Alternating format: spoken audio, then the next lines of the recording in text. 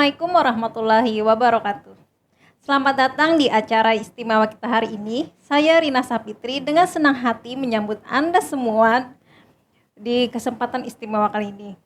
Kami merasa sangat terhormat bisa berbincang dengan seorang pemimpin yang tidak hanya memiliki dedikasi yang tinggi di bidang akademik, tetapi beliau baru saja meraih pencapaian luar biasa dengan mendapatkan gelar doktor.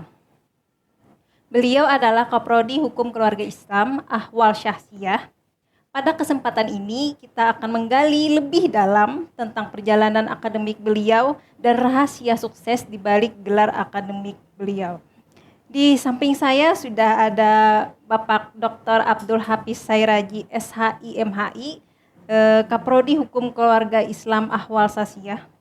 Selamat siang Bapak. Selamat siang. Assalamualaikum warahmatullahi wabarakatuh. Waalaikumsalam warahmatullahi wabarakatuh. Bagaimana kabarnya Bapak? Alhamdulillah baik, sehat. Terima kasih Bapak sudah meluangkan waktunya pada kesempatan kali ini. Sama-sama. Selamat Bapak kami ucapkan atas pencapaian yang luar biasa dalam gelar dokternya nih. Mungkin Bapak bisa ceritakan sedikit apa yang menjadi motivasi Bapak dalam menempuh perjalanan akademik ini dari awal hingga mencapai posisi sebagai Kaprodi Hukum Keluarga Islam ini Bapak. Baik. Terima kasih kepada Rina Sapitri yang sudah memberikan kesempatan kepada saya. Terima kasih juga kepada tim Alkru channel ini yang sudah memberikan ruang kepada saya untuk berbicara di sini. Ya. Baik, kalau ditanyakan bagaimana dari awalnya ya untuk menempuh studi ini, ya pada awalnya memang saya tidak terlalu optimis awalnya bisa menempuh studi S3. Nah, pada waktu itu yang doktor yang menempuh studi S3 waktu itu masih belum banyak. Jadi saya belum terlalu tertarik sebenarnya untuk studi S3.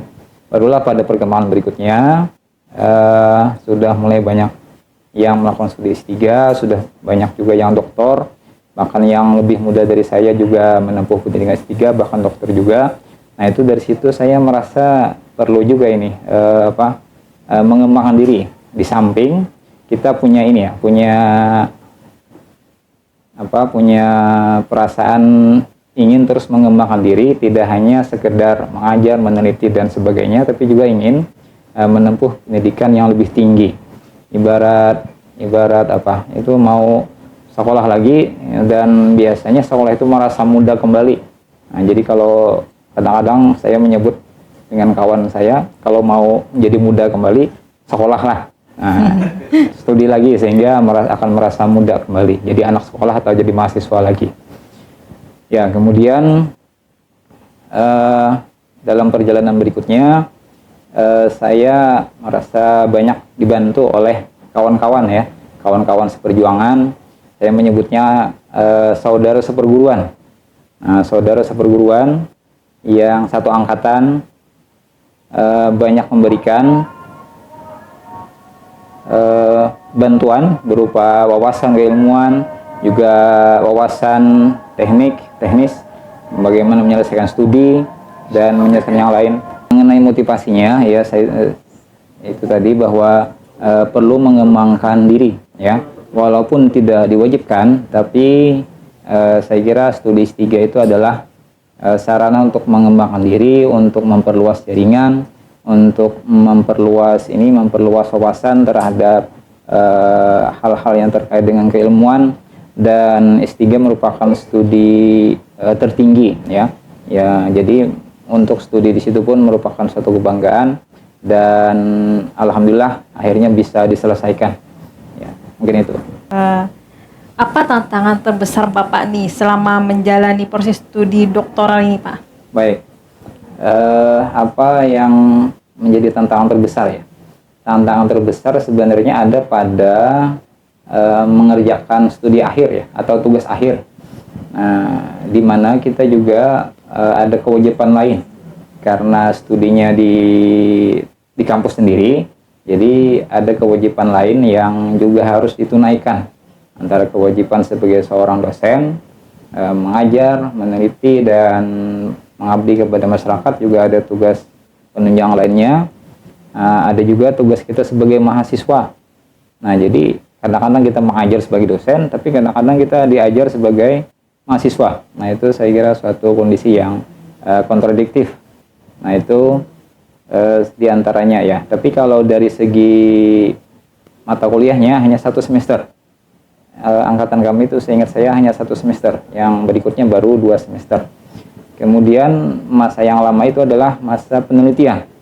Nah, kalau masa penelitian itu atau membentuk proposal sampai jadi proposal, sampai jadi disertasi, itu saya kira waktunya cukup panjang. Di antara yang menjadi tantangan ketika membuat proposal, saya ketika awalnya itu mencari proposal yang kira-kira mudah dilakukan, mudah diteliti, sehingga nanti selesainya cepat. Jadi ingin mencari proposal yang kira-kira mudah untuk diteliti. Nah, tapi ternyata mencari yang mudah itu makan waktu yang lama. Nah, itu masalahnya ya. Jadi itulah ada berapa kali proposal, ada 3 proposal atau 4 proposal yang ditolak. Karena mungkin itu tadi dianggap entah terlalu mudah atau belum layak menurut para penilai atau para penguji proposal, sehingga yang keempat, mungkin yang keempat atau yang kelima, saya lupa, baru diterima ya, mungkin itu. Kalau boleh tahu nih, Bapak kan sebagai Kaprodi Hukum Keluarga Islam itu sudah berjalan berapa lama, Pak? Oh iya, Ketua Prodi itu pada periode kami dimulai Desember 2021, pertengahan Desember 2021. Jadi kalau sekarang Oktober 2024 mungkin sekitar 3 tahun ya, 4 tahun, 3 tahun atau 4 tahun. Ya 3 tahun, 21, 24, 3 tahun. Selama 3 tahun tuh ada nggak Pak suka dukanya itu nah, pas menjadi Kaprodi itu? Iya betul. Tentu saja banyak suka dukanya ketika menjadi ketua program studi ya S1. Di antaranya sukanya ya diberi kepercayaan. Nah, diberi kepercayaan walaupun dari sisi lain sebenarnya kepercayaan itu adalah satu amanah yang harus ditunaikan. Nah, jadi itu merasa terhormat sebenarnya diminta untuk menjadi ketua prodi.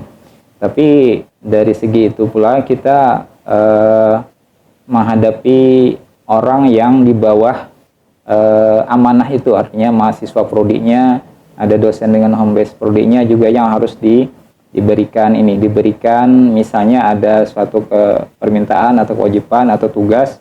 Nah, kita harus bisa menjelaskan bahwasanya itu memang harus dilakukan.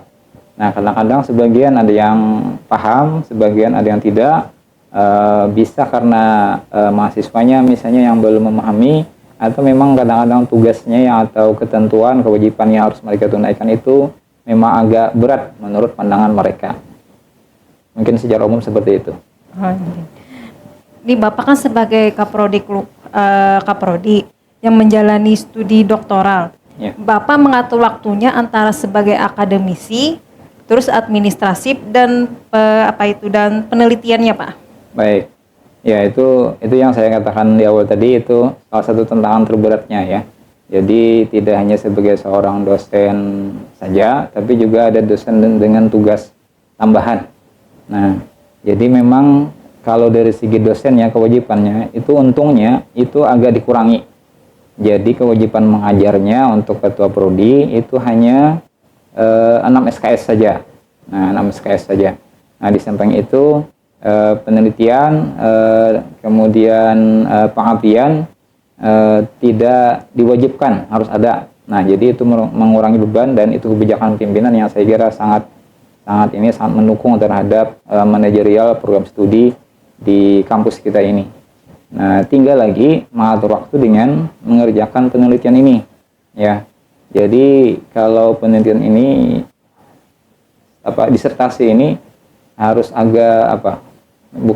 memang harus serius.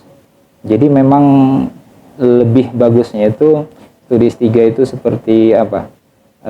Harus konsentrasi betul-betul, tidak mengerjakan yang lain. Itu mungkin saya kira yang paling ideal.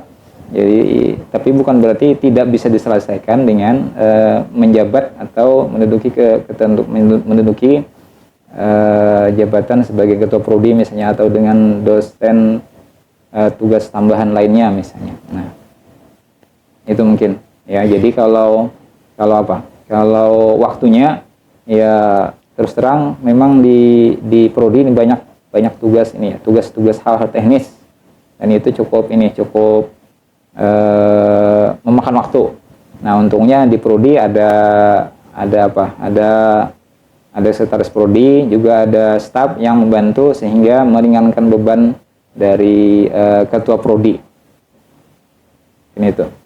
Kalau boleh tahu nih, judul disertasi Bapak apa nih? Oh iya. Judulnya adalah Studi Ihya Mawat pada di masyarakat Banjar pada abad ke-18 dan ke-19. Itu judulnya. Jadi Studi Ihya Mawat. Itu ada nggak Pak hubungannya dengan Kaprodi Bapak itu kan hukum keluarga Islam. Apakah ada hubungannya dengan disertasi Bapak judulnya itu? Oh iya. Kalau materinya yang dibahas itu adalah tentang fikih, secara umum tentang fikih. Nah, dalam penerapannya atau dalam disertasi ini, al-mawat itu artinya lahan atau tanah yang tidak subur atau tidak dimanfaatkan. Ya, jadi kenapa al-mawat itu bisa ada? Ada dua sebab. Bisa karena memang tanahnya tidak subur, tanahnya gersang, sehingga ditanami apapun tidak mau tumbuh tanaman di situ. Kemudian bisa juga karena lahannya subur tapi terbengkalai. Nah, terbengkalai itu bisa karena si pemilik punya banyak tanah misalnya, sehingga itu tidak dimanfaatkan. Atau bisa juga karena ada sebab lain. Misalnya lahan persawahan yang terus terendam sehingga untuk ditanami padi tidak bisa menghasilkan, atau tidak bisa hidup, tidak bisa menghasilkan. Nah, itu yang dimaksud dengan ihya al-mawat. Migrasi itu termasuk ihya al-mawat ke Pak atau tidak? Oh ya, baik.